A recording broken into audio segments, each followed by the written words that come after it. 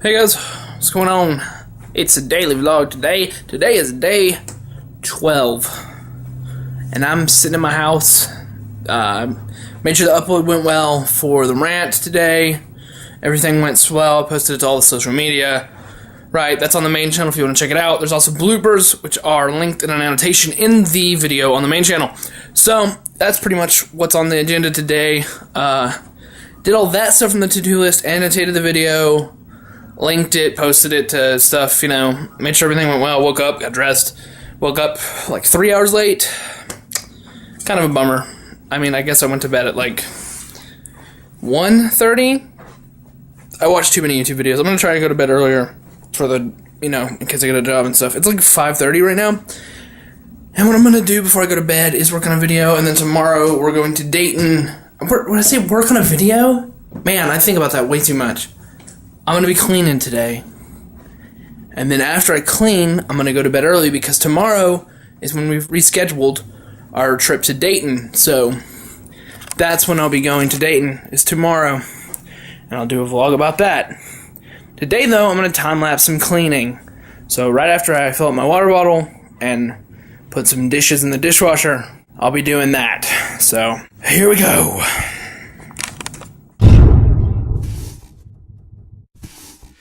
TheMcCordPhone. So this behind me is my bookshelf, and that's what I'm going to clean first today in my room.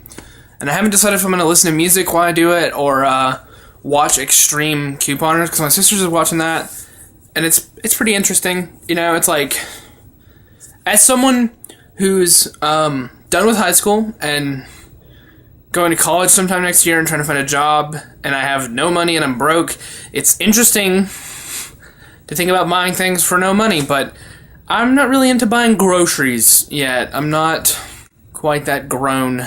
Yeah, let's begin, I guess.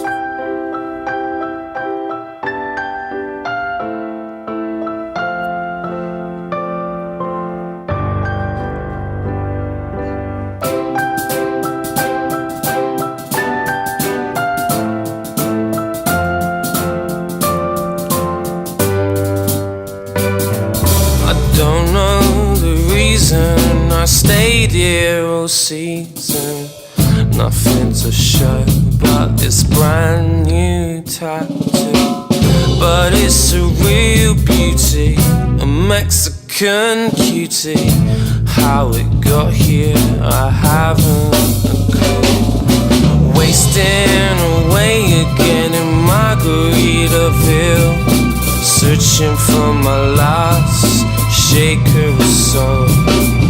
Some people claim that there's a woman to blame, but I know it's nobody's fault.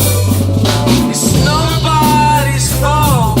It's nobody's fault but mine. Nobody's fault. Old school shot. So, I've emptied off most of the bookshelf behind me, but I don't know what to put on what shelf. Like, the top shelf's pretty well organized, but I think I'm gonna move everything and put it in like a basket or something. This is like games and movies and like Game Boy stuff from when I was a kid. I got a lot of stuff. I showed you guys like the N64 and like my camera receipt and nonsense like that.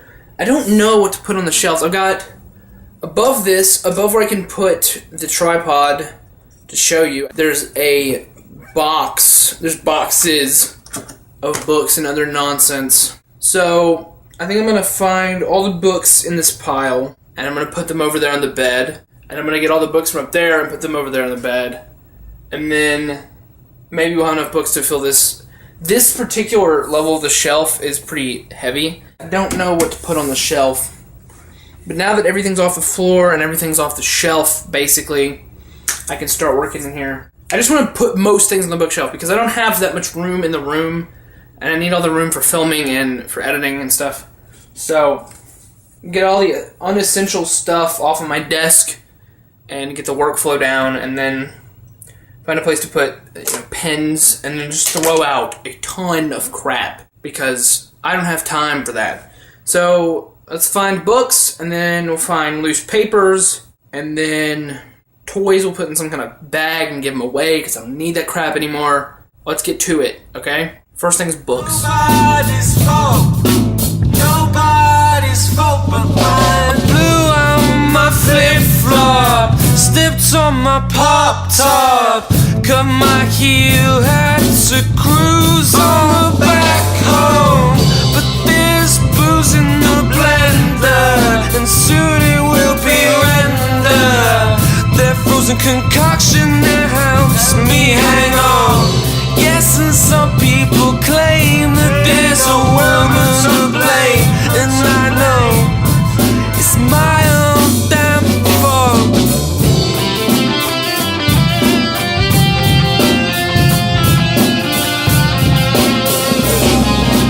Wasting away in Margaritaville, searching for my lost shaker of soul. Some people claim it is a woman to blame, but I know it's not my fault. It's not my fault. So I looked through all the books, and I got all the books, and they're on the shelf back there. The rest of the books are right here on the bed, and I don't know what I'm going to do with them. Like, most of them I don't want to read, or I don't want to read right now. This one looks kind of interesting. I mean, a lot of these look interesting, and that's why I have them. What I kind of want to do is, like, put them somewhere so that I'll eventually get around to them, because if I just put them up on the shelf, I'm never going to look at them. If I just put them on the top of the shelf in this crate. But it does bring me to this. This is a story that me and my aunt wrote once. Well, I wrote it, but she knew how to type back then. I didn't, because I was, like, I don't know, young. So we're gonna sit down and we're gonna read this book. Here we're gonna read about a superhero who can control water. It's called Rain Man 2: Attack of His Dad. This is the sequel to Rain Man 1, which was never actually written. I wrote the sequel first. I was a weird kid. Alright. Rain Man 2: Attack of His Dad, written and illustrated by TheMcCord. I wrote it, and I drew all these. She typed all this, and then I drew on the pages, I guess. Starring Rain Man, Blue Goblin, Hat Man, John, Stretchability Guy, Fireman, Mutant, and Rain Man's dad. How the Rain Man life begins. A mutant who works for Blue Goblin tries to kill Rain Man. Blue Goblin helps his assistant. Fireman helps Rain Man. I thought they'd be nice together, like a contrast, Batman is a bat and Robin's like a blue bird. Oh, I should show you the pictures as well. This is the fight between Blue Goblin and his assistant versus Fireman and Rain Man. I'm gonna read it like a teacher now, so you guys can see the illustrations. This is Blue Goblin goes to the warehouse and goes up the elevator. Rain Man and Fireman go up to catch him. This building says Eric.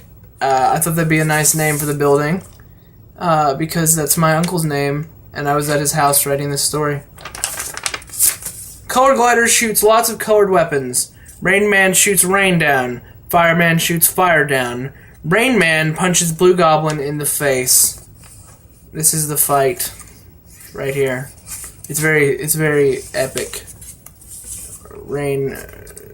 See, the colored glider shoots colors down. I think I might have been slightly inspired by Spider-Man to make Blue Goblin and his color glider. Don't sue me, Marvel. Electricity shoots all around. Oh, okay, I think this is just later. I don't even know. Let's see. Okay, this is just later. He's going to fight another villain. Okay, electricity shoots all around. Rain Man goes through the electricity and breaks through a window. This is a tower, and this is where the other villain is. This is Rain Man with his with his red claws, climbing up the tower in a lightning storm of purple rain. As the glass breaks, Formula falls out and back inside. The Formula hits Hat Man. Hat Man tries to shoot, but Rain Man stops him with his powers. This is a fight inside the top of the tower. Formula breaking, and then it falls somewhere. Back out and then inside or something. And then later, Rain Man and Fireman are fighting the sword man named John. That's John. Oh, wait, no, wait. I don't know. Someone's John. That guy's got swords. I think he's John. And so sword man named John is fighting them. Once again, I just kind of told this story and didn't even finish the story about Hat Man and didn't even go back to the story about Blue Goblin and his assistant. Okay. Back to the Blue Goblin fight, or some other Blue Goblin fight. Rain Man and Fireman are shooting up a wall. I don't even see that here. I don't know if I mean climbing or what. When the Blue Goblin appears with Color Glider. Color Glider is here again. Blue Goblin throws a bomb to kill them, but it hits Rain Man's shield and kills Blue Goblin. Rain Man takes off Blue Goblin's mask. He finds out that it was his dad trying to kill him. And then I've written here, because I forgot to write it, I guess. I wrote in pencil in superhero mode. So Rain Man's dad was trying to kill him in superhero mode. Here's that fight as well. Here's a bomb with a smiley face on it, inspired by Hobgoblin from Spider-Man. I'm a pretty big Spider-Man fan. Not anymore though. Like I guess I was when I was a kid, because I still remember stuff. All right. So Rain Man took his dad to the doctor to try and save his life. It says they went to the doctor to have him save his life. I didn't know how to use pronouns. The doctor is one of Rain Man's arch enemies, Stretchability Guy. And so here's Stretchability Guy fighting Rain Man in the hospital, and then Color Glider is right here for some reason. Rain Man's dad is on the bed, like a gurney. Stretchability Guy is trying to kill Rain Man with electricity. I don't know why he has the power of electricity. He sounds like a Mr. Fantastic. Stretchability Guy is trying to kill Rain Man with electricity, but Rain Man uses his water against him. It sounds like they both be dead. Rain Man's dad throws a bomb. Rain Man's dad is alive because the bomb hits his mask instead. Oh, that's saying that earlier when the bomb hit him, it hit his mask instead of his head, so he's totally fine even though a bomb went off. And then it says, to be continued. This page is glued to the back cover. A little bit, it's kind of coming off. See, like, bleh. So, this is my, I was pretty good at writing, apart from a couple of errors and stuff that didn't make any sense, and the fact that I didn't know how to storytell. The grammar was pretty good, and I don't know if that can be contributed to the fact that I was really good at grammar in kindergarten, or the fact that my aunt knows how to type better than a 7-year-old. Might be that. So this is like a 10-year-old story now, or probably older. I've had this thing forever, and I'm never gonna get rid of it, because I love this story so much. It's like the best. It's just this enduring tale of triumph, you know, about this guy who finds out that his dad is trying to kill him, but then he still wants to save his dad because he loves him, of course.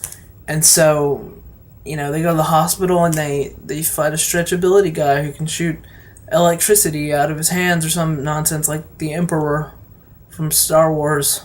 In the end, his dad is alive, but they're still in the middle of a fight. Back to cleaning. The story took longer than I thought, and I guess I'm going to put that stuff. I don't know where to put it, because I want to read some of those books later. The main thing that I want to do is move away from having physical books. Like, I have a concordance, that's a good thing to have in person, and I have several Bibles, which it's very important to have a paper Bible, even though I prefer using the ESV one on my phone. But when it comes down to it, it's good to have those.